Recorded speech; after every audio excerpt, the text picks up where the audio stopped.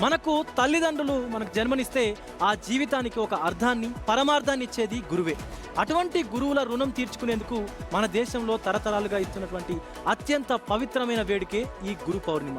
కేవలం ఒక పండగలా కాకుండా భారతీయ సంస్కృతిలో గురు శిష్య పరంపర గొప్పతనాన్ని చాటి చెప్పేటువంటి ప్రత్యేకమైనటువంటి రోజు ఇది.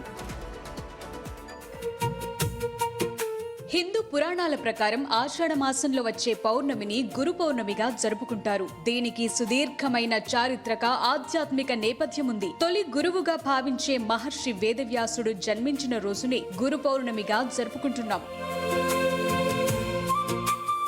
ఇక యోగ శాస్త్రం ప్రకారం చూస్తే మొట్టమొదటి గురువు పరమశివుడే. ఈ ఆషాఢ పౌర్ణమి రోజే శివుడు సప్త ఋషులకు మొట్టమొదటిసారిగా యోగ విజ్ఞానాన్ని బోధించడం ప్రారంభించాడని నమ్ముతారు. రీజన్ ఏదైనా అజ్ఞానాన్ని తొలగించి జీవితాల్లో వెలుగులను నింపేవాడే గురువు. అందుకే మన సంస్కృతిలో మాత, పిత, గురు, దైవం అంటూ తల్లిదండ్రుల తరువాత గురువుకి అత్యున్నత స్థానం కల్పించారు. కాలం మారినా, పద్ధతులు మారినా గురువుకు మనమిచ్చే గౌరవం మాత్రం చెక్కు చెదరలేదని తెలుస్తోంది. ఒకప్పుడు గురుకులాల్లో గురువు పాదాల దగ్గర కూర్చుని విద్యను అభ్యసించే పద్ధతి ఉండేది. ఇప్పుడు డిజిటల్ యుగంలో ఆన్లైన్ క్లాసులు వచ్చిన స్కూల్స్ నుంచి యూనివర్సిటీల్లో చదివే వరకు గురువుకిచ్చే గౌరవం మాత్రం తగ్గలేదు.